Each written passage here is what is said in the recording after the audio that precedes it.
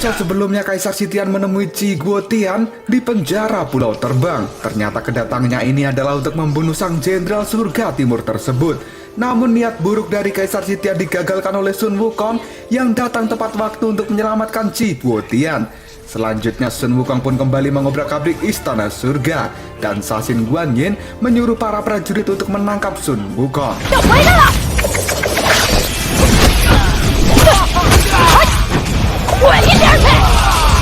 Tiba-tiba saja Jinggang Jambul Kerbau pun muncul dan menyerang Sun Wukong. Tidak lama kemudian disusul oleh Jinggang Kumis Lele. Mereka berdua berusaha mengeroyok Sun Wukong, namun hasilnya tetap Sun Wukong lebih unggul. Dan tidak lama setelah itu, Jinggang Pengendali Ular langsung mengeluarkan ulti pada Sun Wukong.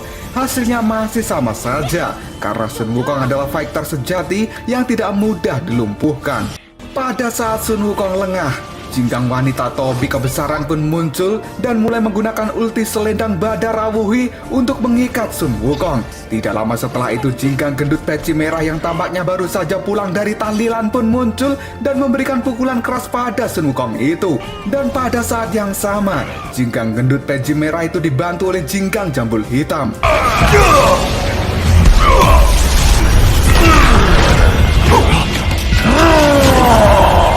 Pukulan keduanya pun tidak mampu mengenai Sun Wukong, karena dengan cepat Sun Wukong berubah diri ke mode kera raksasa.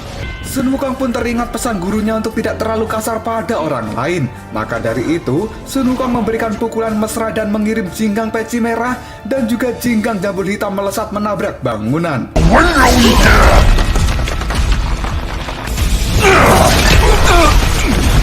Wukong pun kemudian mengeluarkan tongkat Ruyi Jing Gubang miliknya dan menghancurkan kapal perang serta bangunan istana surga. Setelah itu Sun Wukong memutar tongkat layaknya baling-baling helikopter. Hal ini membuat para Jinggang ketakutan dan menyangka bahwa kedatangan Sun Wukong adalah untuk balas dendam atas kejadian 300 tahun yang lalu. Namun Jinggang Wanita Topi Kebesaran tidak melihat kemarahan dari Sun Wukong dan dia merasa ada motif lain dari sang Raja Kera.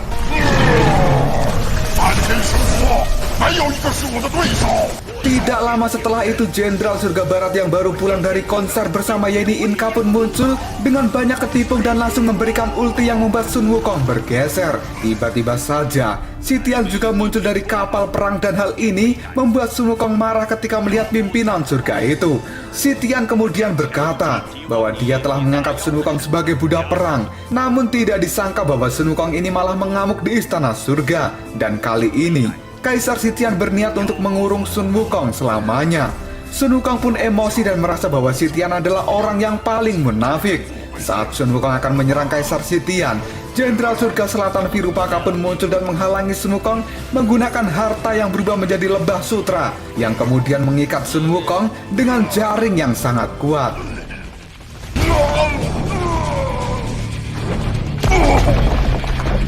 Akang Gendang yang melihat Sun Wukong sudah terjebak pun segera mengeluarkan tabuhan ketipung dengan full bass yang membuat Sun Wukong terlempar.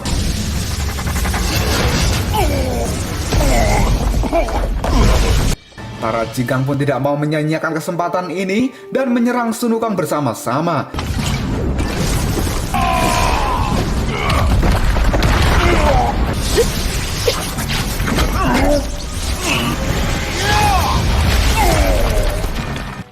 Namun serangan itu tidak memberikan efek apapun karena Sun Wukong mampu meloloskan diri dari jaring lebah yang mengikatnya. Para Jinggang pun masih tidak mau menyerah untuk melumpuhkan Sun Wukong.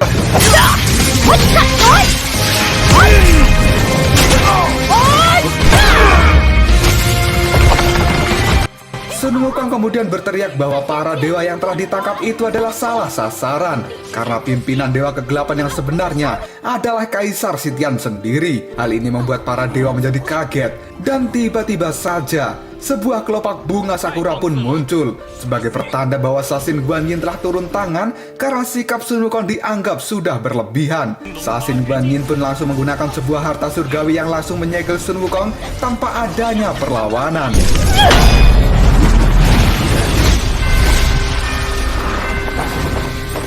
Sasin Guanyin kemudian menyerahkan Sun Wukong yang sudah tersegel pada Kaisar Sitian. Hal ini membuat Sitian bangga dengan kinerja Sasin Guanyin sebagai pelindung Istana Surga. Tidak lama setelah itu kapal perang Istana Surga pun muncul dalam jumlah yang banyak. Padahal kekacauan di Istana Surga ini sudah dibereskan. Ternyata kapal perang ini muncul atas perintah dari Sitian. Hal ini membuat para dewa merasa ada sesuatu yang janggal. Sasin pun kemudian mengamati kapal perang tersebut, yang ternyata kapal-kapal itu berisi para dewa kegelapan yang selama ini bersembunyi di Istana Surga. Kaisar Sitian kemudian mengatakan pada Sasin Guanyin bahwa tugasnya di Istana Surga ini telah selesai. Dan saat ini, Kaisar Sitian akan mengatur ulang Istana Surga dari awal. Semua dewa sebelumnya akan digantikan oleh para dewa kegelapan. Bintang surgawi kemudian turun dari kapal perang, dan setelah itu disusul oleh bintang bumi. Selanjutnya disusul oleh bintang gila. Jenderal Surga Barat pun marah dengan munculnya para dewa kegelapan itu. Dia kemudian mengajak Jenderal Surga Utara Vaisravana untuk bertarung melawan para dewa kegelapan. Namun tidak disangka bahwa ternyata Vaisravana menolak ajakan dari si Akang Gendang. Karena saat ini Vaisravana sendiri merupakan bagian dari para dewa kegelapan. Kaisar Sitian kemudian berpidato bahwa ini adalah zaman yang berbeda dari masa lalu dan Istana Surga memiliki tampilan yang baru. Kaisar Sitian pun menunjukkan wujud aslinya yang merupakan pimpinan dewa kegelapan dengan sebutan Kaisar Kegelapan. Kali ini, para dewa cahaya baru sadar bahwa apa yang dikatakan oleh Sun Wukong adalah kebenaran dan Sitian akan benar-benar merubah Istana Surga ini menjadi Istana Kegelapan yang pada akhirnya para dewa kegelapan pun mulai melakukan serangan. Kaisar Sitian kemudian memberikan tawaran pada Sasin Guanyin untuk terus berada di sampingnya sebagai orang kepercayaan. Tidak lama kemudian, Ning Ning yang merupakan asisten pribadi dari Sasin Guanyin pun muncul dan mengajak Sasin bergabung dengannya. Sasin Guanyin yang sejak tadi diam saja kali ini mulai berkata bahwa dia pernah meragukan Tathagata. Namun kali ini, semua ucapan dari Tathagata telah terbukti. Dan Sasin Guanyin akan selalu menjadi dewa cahaya yang menjaga jalan yang benar di dunia ini. Dia pun akan melawan semua kejahatan yang salah satunya adalah para dewa kegelapan. Kaisar Sitian pun kali ini kecewa dengan jawaban dari Sasin Guanyin. Dan dia akan memusnahkan para dewa yang menentang dirinya. Yang pada akhirnya, pertempuran pun tidak bisa dihindari.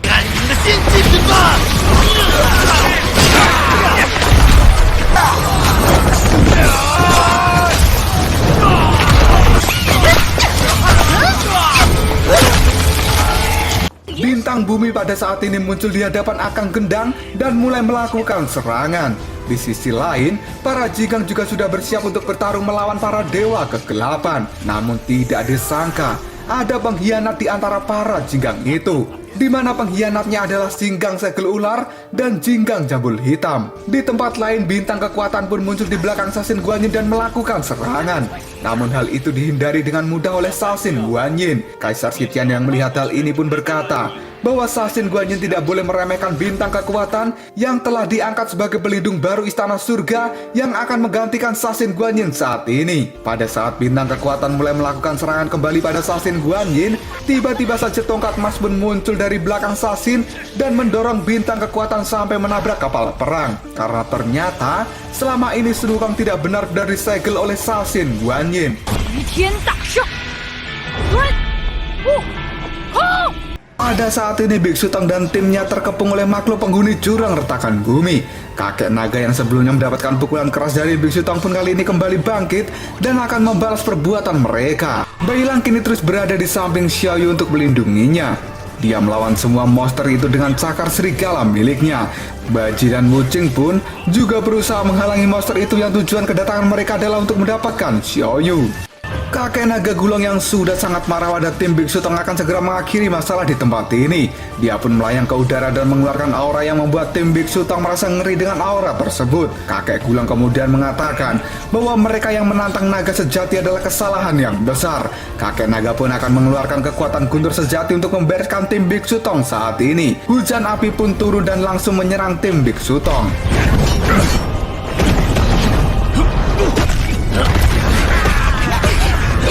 Tiba-tiba saja Sao Wucheng muncul dengan tubuh pasirnya dan menyerang kakek naga Gulang secara diam-diam.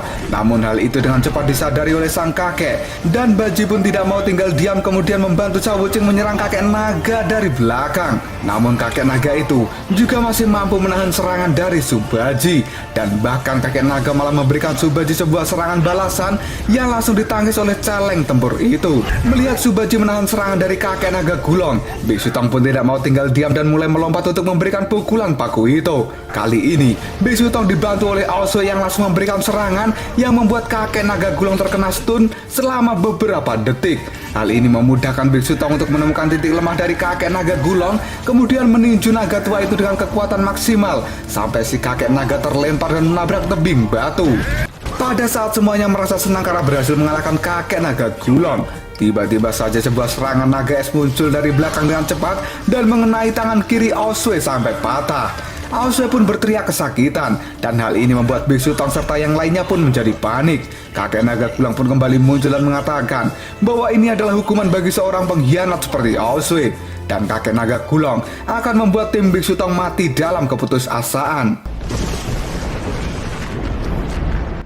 Kita berpindah ke istana surga. Kaisar Sitian tidak menyangka bahwa selama ini Sun Wukong tidak tersegel, dan Sun Wukong pun mengatakan bahwa ini hanyalah taktik darinya supaya dia bisa memancing para dewa kegelapan untuk menunjukkan diri di istana surga ini. Sasin Guanyin pun puas dengan rencana dari Sun Wukong yang berhasil memancing kemunculan para dewa kegelapan. Namun Sasin Guanyin juga tidak akan melupakan Sun Wukong yang telah mengacak-acak kamarnya. Cerita kemudian flashback. Pada saat itu Sun Wukong sudah berada di dalam kamar Sasin Guanyin dan mengacak-acak ruangan itu. Sasin Guanyin pun terkejut dengan kemunculan Sun Wukong dan akan memberinya pelajaran. Namun dengan cepat Sun Wukong melemparkan pedang surgawi milik Sitian. Hal ini membuat Sasin Guanyin sadar bahwa Sun Wukong datang ke tempat ini karena diutus oleh Tathagata. Sasin Guanyin pun saat ini tahu siapa dalang dibalik munculnya dewa kegelapan di istana surga, yang ternyata itu adalah Kaisar Sitian, sang rajanya para dewa. Namun Sitian tidak peduli, karena mulai saat ini dia akan benar-benar mengubah istana surga ini dipenuhi dengan kegelapan, yang pada akhirnya pertarungan antar dewa pun berlanjut. Kali ini Sun Wukong berjanji akan membantu Sasin Guanyin bertempur melawan dewa kegelapan itu demi kebaikan. Dan setelah masalah di tempat ini selesai, Sun Wukong akan segera menyusul dan bergabung dengan tim Biksu Tong. Namun Sun Wukong masih penasaran, karena setelah dirinya berkeliling di istana surga ini, dia tidak menemukan Putri Suyi. Sasin Guanyin pun dengan berat hati mengatakan bahwa Suyi telah lama meninggal. Hal itu terjadi pada saat Sun Wukong berhasil mendapatkan api abadi. Namun kematian Suyi masih sangat misterius dan selalu dirahasiakan oleh Sitian. Hal ini membuat Sun Wukong syok dan merasa tidak percaya. Sun Wukong pun pada saat ini dengan cepat mengambil gulungan pesan Tathagata, dan dia bertanya bagaimana Putri Suyi bisa mati. Gulungan pesan itu pun mengatakan bahwa Sitian saat itu berkata, kematian Suyi diakibatkan oleh penyakit tertentu. Hal ini selalu dirahasiakan oleh Tathagata pada Sun Wukong, karena dia takut Sun Wukong akan hilang kendali. Jadi Tathagata harus mencari waktu yang tepat untuk menyampaikan kabar ini. Tathagata pun tidak akan menghalangi kemarahan dari Sun Wukong, namun dia berpesan bahwa Sun Wukong tidak boleh melupakan keadilan di dalam hatinya. Sun Wukong saat ini benar-benar tidak bisa menahan kesedihan di dalam hati karena orang yang dia cintai telah meninggal.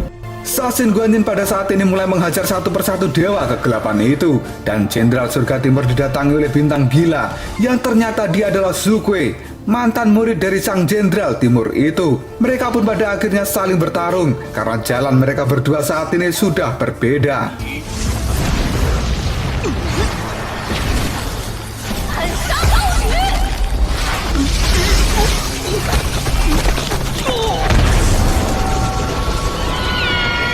Di sisi lain, Jenderal Surga Barat Guang Mutian pun juga sedang bertarung melawan Bintang Bumi. Serangan gelombang ketipung dilancarkan namun tidak bisa melumpuhkan Bintang Bumi itu, yang pada akhirnya Jenderal Surga Barat meninju perut Bintang Bumi. Namun tangannya malah terjebak, yang pada akhirnya tangan itu pun patah akibat serangan balik dari Bintang Bumi.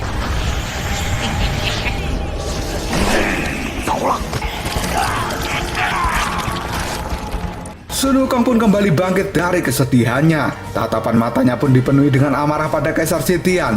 Dan kini Sun Wukong bertanya, bagaimanakah Suyi bisa meninggal? Kaisar Sitian yang saat ini tidak mau menutupi kebohongan pun mengatakan dengan sejujurnya bahwa dialah yang telah membunuh Putri Suyi, karena Suyi telah menggagalkan pengorbanan darahnya.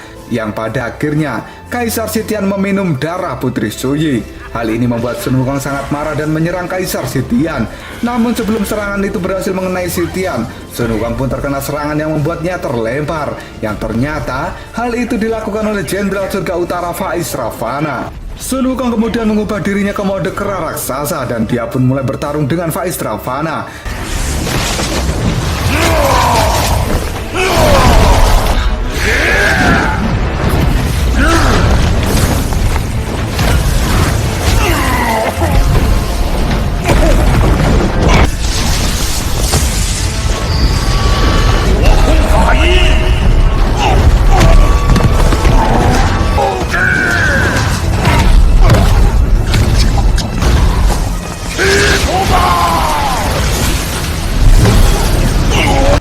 Dalam keadaan ini Sun Wukong memejamkan matanya. Cerita pun kemudian flashback pada saat Sun Wukong menjalani hukuman di Gunung Lima Jari. Saat itu Tathagata mengajarkan agar Sun Wukong mengendalikan amarahnya. Karena sebenarnya kekuatan sejati dari Sun Wukong bisa berubah-ubah. Semakin dia marah, maka Sun Wukong akan semakin sulit untuk mengendalikan emosi. Dan ketika Sun Wukong bisa mengendalikan emosinya, maka dia akan mendapatkan kekuatan yang luar biasa. Pada akhirnya Sun Wukong pun mulai mengendalikan amarahnya, yang kemudian dia memfokuskan kekuatan jiwa kera raksasa pada satu titik. Hal itu membuat Sun Wukong kembali ke tubuh manusianya, namun dengan kekuatan yang sangat besar, dan berhasil menembus segel milik Faiz Ravana. Bahkan Sun Wukong juga berhasil memberinya serangan balik, kemudian menghajar Faiz Ravana habis-habisan.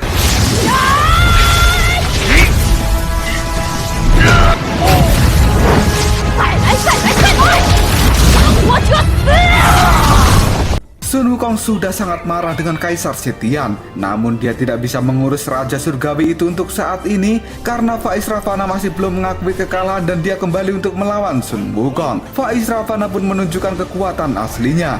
Dia dengan cepat mengeluarkan segel pemecah iblis yang menciptakan sebuah dimensi tertentu yang membuat Sun Wukong terkurung di dalamnya. Berbagai serangan dari Sun Wukong pun terasa lemah di dalam dimensi itu. Bahkan Sun Wukong tidak mampu memecahkan segel yang dibuat oleh Faiz Ravana.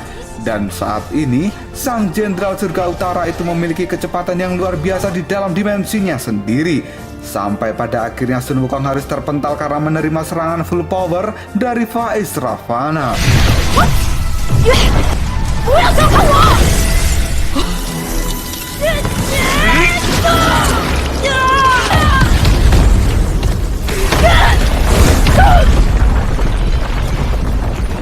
Istana surga kali ini sudah benar-benar hancur akibat perang melawan Dewa Kegelapan.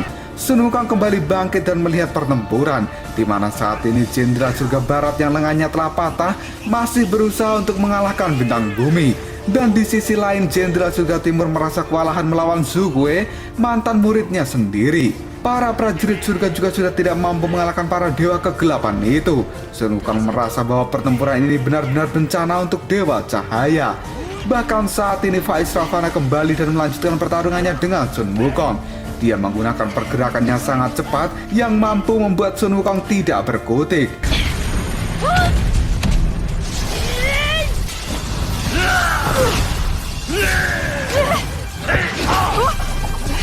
Saat sang Jenderal Surga Utara itu mencekik Sun Wukong dan akan membunuhnya, tiba-tiba saja sebuah keajaiban datang. Karena saat ini banyak panah emas turun dari langit yang langsung mengenai tubuh Faiz Ravana serta para Dewa Kegelapan yang lainnya. Langit kemudian mengeluarkan cahaya emas, dan hal itu berasal dari gerbang emas jalan surgawi, di mana kemunculan gerbang emas itu adalah pertanda kedatangan sang jenderal yang terkenal dingin dan kuat. Siapa lagi jika bukan Jenderal San Yan, si Dewa Mata Tiga. Dia telah kembali dari penjara Pulau Terbang. Dewa San Yan pun muncul bersama dengan para dewa lainnya sengaja dibuang oleh Sitian. Kedatangan Dewa San Yan ini menumbuhkan kembali semangat bertarung dari prajurit Istana Surga. Sun Wukong pun juga terlihat senang karena mendapatkan bantuan saat keadaan sudah tertekan. Dan Dewa San Yan pun kali ini akan menghancurkan para Dewa Kegelapan yang berani menginjakkan kakinya di Istana Surga ini. Ternyata para dewa yang terkurung di penjara Pulau Terbang itu memang rencana yang sengaja dilakukan oleh Sasin Guanyin. Karena bagaimanapun juga, Sasin Guanyin selalu memegang prinsip kepercayaan. Dan dia sangat percaya andai saja semua dewa terjatuh ke dalam kegelapan, maka akan ada satu dewa yang tidak akan pernah terjatuh, dan itu adalah Dewa Sanyan. Si Tian pun tidak menyangka bahwa dirinya sudah masuk ke dalam perangkap yang dibuat oleh Sasin Guanyin. Namun si Tian merasa meskipun mereka mendapatkan bantuan, hal ini tidak akan berguna karena dia merasa Dewa Kegelapan mampu mengalahkan Dewa Cahaya untuk saat ini, yang pada akhirnya pertempuran pun berlanjut.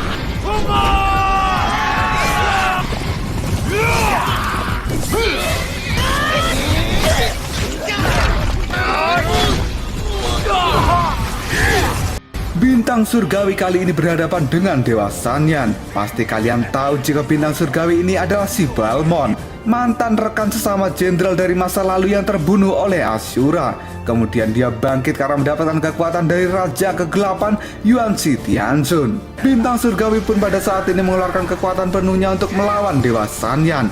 Hal ini membuat si Dewa Mata Tiga itu terpental, namun dia masih bisa melemparkan tombaknya dan menusuk perut bintang surgawi.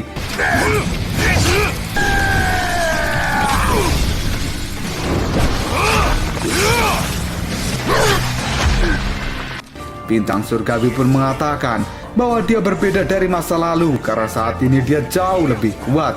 Dan seketika luka di perut bintang surgawi pun langsung sembuh. Dia kemudian mengeluarkan aura yang mengerikan yang membuat Dewa Sanyan sadar siapa sebenarnya bintang surgawi itu. Cerita kemudian flashback. Bintang surgawi dulu adalah salah satu dari 12 jenderal dewa dan dia bernama Yuanzong.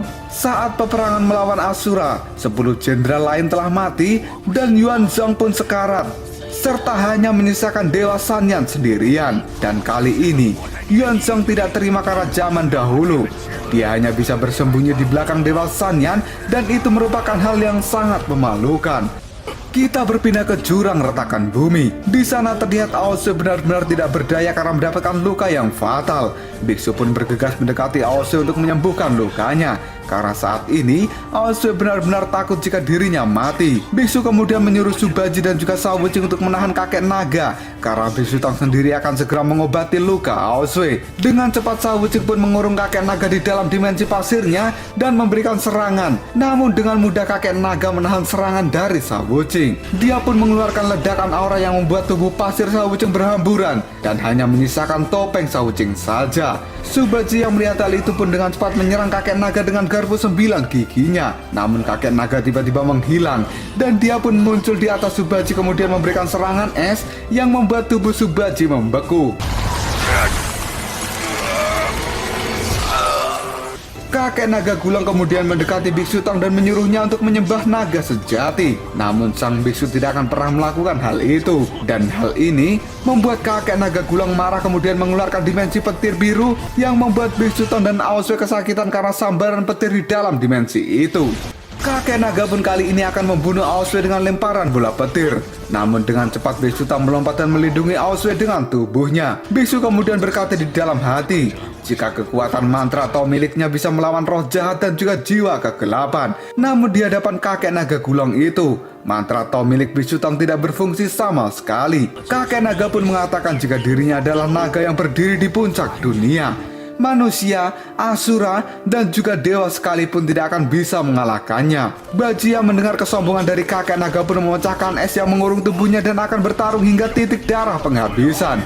Bahkan Shao Wuqing juga mengumpulkan tubuh pasirnya dan dia bergabung dengan Biksu Tang saat ini. Mereka pun bergegas untuk melanjutkan pertarungan dengan kakek naga gulang.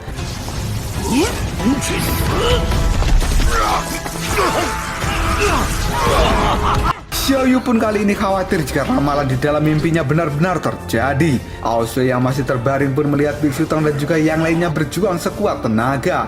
Tidak lama kemudian Aosue pun memejamkan matanya. Dia kemudian mendengar ada seseorang yang memanggil-manggil namanya.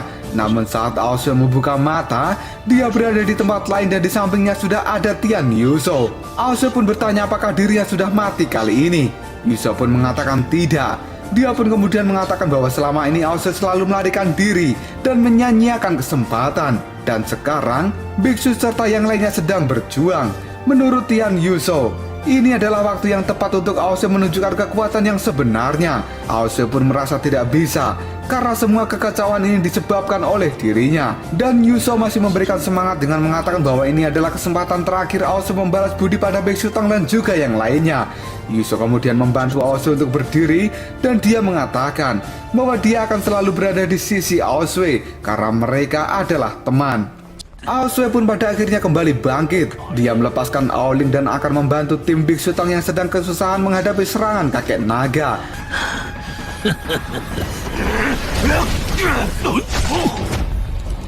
Melihat hal itu, Aosu pun menjadi marah.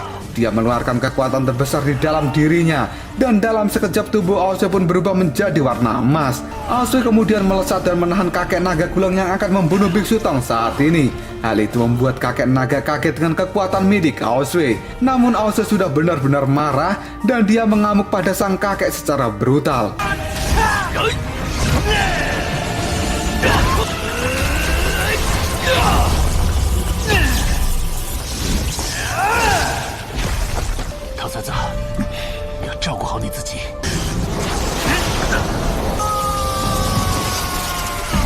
Cahaya petir emas kini mulai menyerang sang kakek. Kakek naga pun kali ini menjadi kaget, dan kemudian petir emas itu pun menghantam tubuh kakek naga dan mengeluarkan cahaya emas yang begitu besar. Semua orang yang melihatnya kini menjadi terkejut. Subaji pun bertanya, apakah ini adalah jiwa naga milik Aosu? Dan ternyata itu benar-benar Aosu yang datang lalu mendorong kakek naga dan menghantamkan tubuh sang kakek di tebing sampai hancur. Aosu kemudian mencekik kakek naga dari belakang, dan kakek naga mengatakan bahwa Aosu lebih baik berbaring saja sampai mati.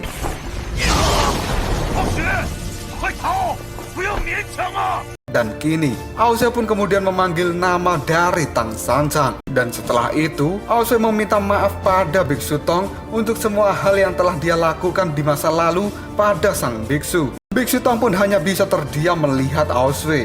Dan kini Aosu pun membawa kakek naga terjun ke dalam jurang retakan bumi. Kakek naga lalu berteriak hentikan. Sambil membawa kakek naga terjun ke dalam jurang retakan bumi, Aosu berteriak bahwa kakek naga harus ikut bersamanya ke tempat yang tidak bisa kembali. Hal ini membuat Bailang menjadi panik.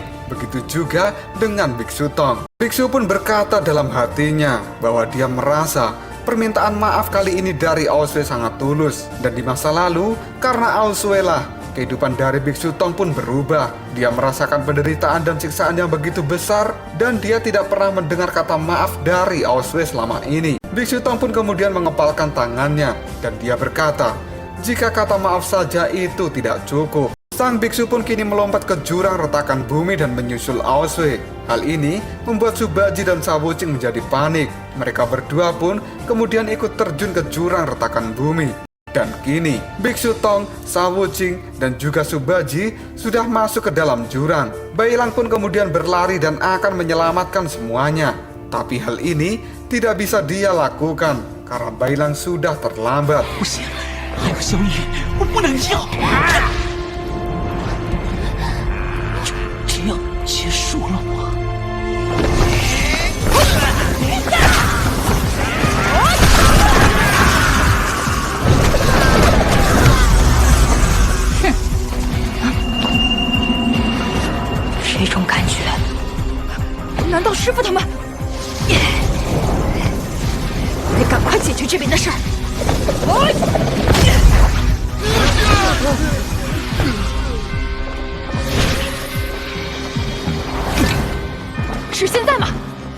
三眼神将已归来，暗魂全部现身，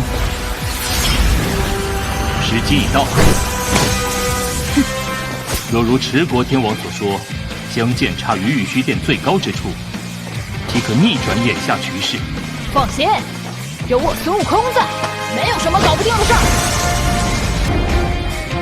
阻止他！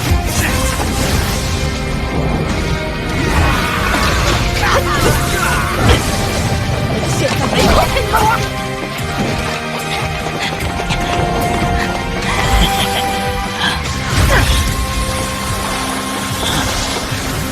暗魂天罡经，你也曾身为天神，为何自甘堕落？又是你，还是实力增强了。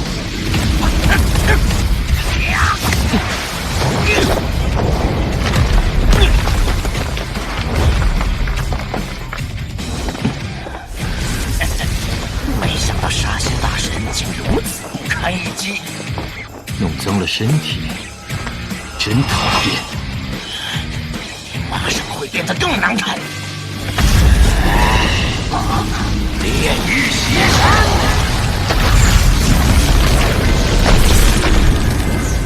这是传说中的恶魔之术。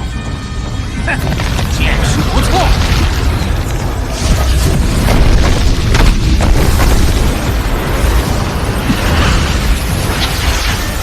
这是特意为天神而设的炼狱火海，即使没有亲手亲点，也难逃一死。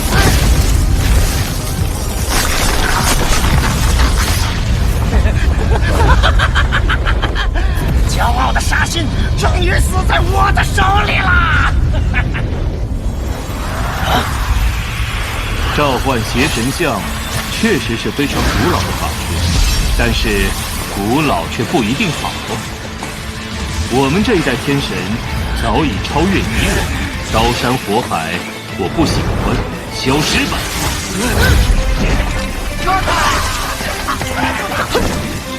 孙悟空，除掉你，将是我成为天界神将的第一份战功。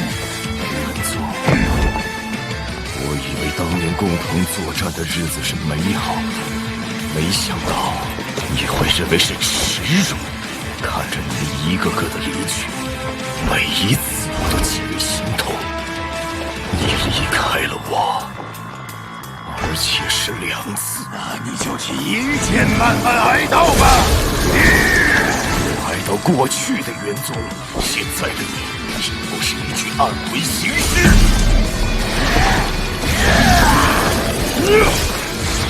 作为你曾经的朋友，我为你做的最后一件事，就是彻底了结你。天诛！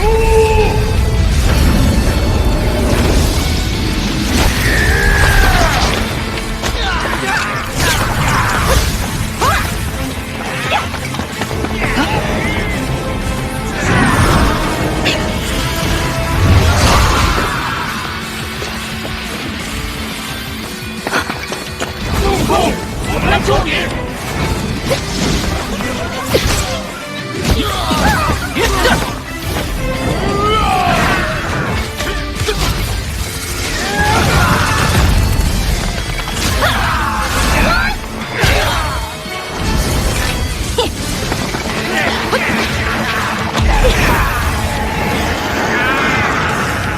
如来，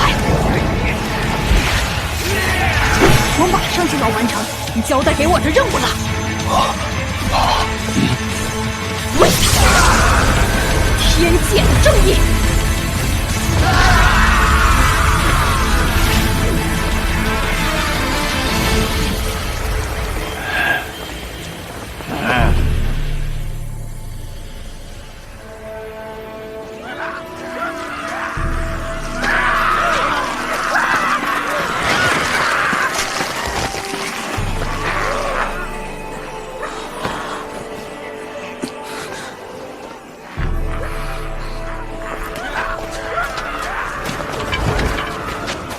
小雨，白狼，你一定要相信，无论深陷怎样的绝境，前路总会有希望的。希望。我将扭转世间光暗平衡，天界不容蒙尘，正义永远光芒万丈。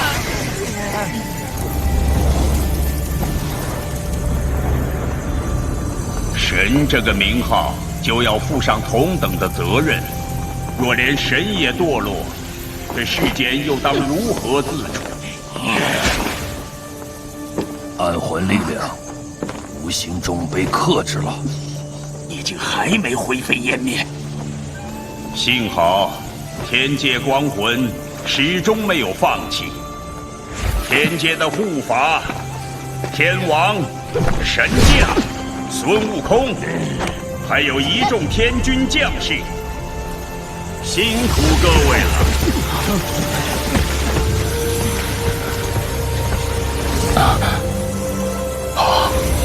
这才是我熟悉的老朋友。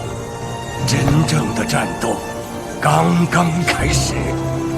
孙悟空，很感激有你的帮助，你和如来都发挥了至关重要的作用。啊？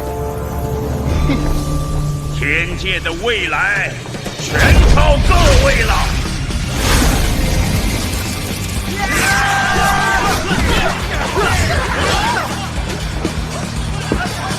战斗没有想象中顺利。哼，那就只剩唯一的办法了。走吧，去三尊殿。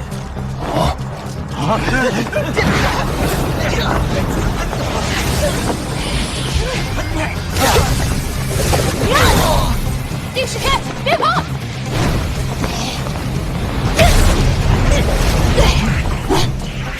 你我的战斗尚未结束，只差一点儿，也可将你亲手降服。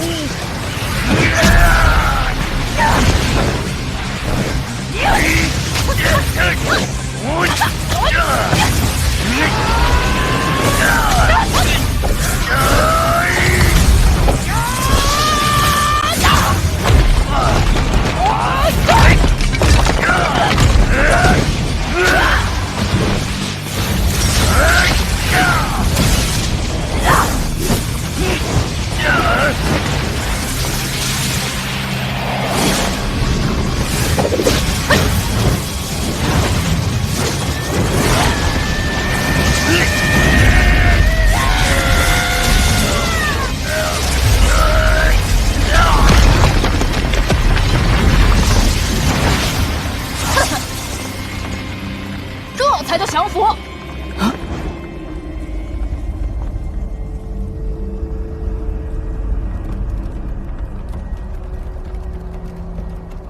我们这样离开，真的没有问题吗？面对强力反扑，请求他的帮助，才是万全之策。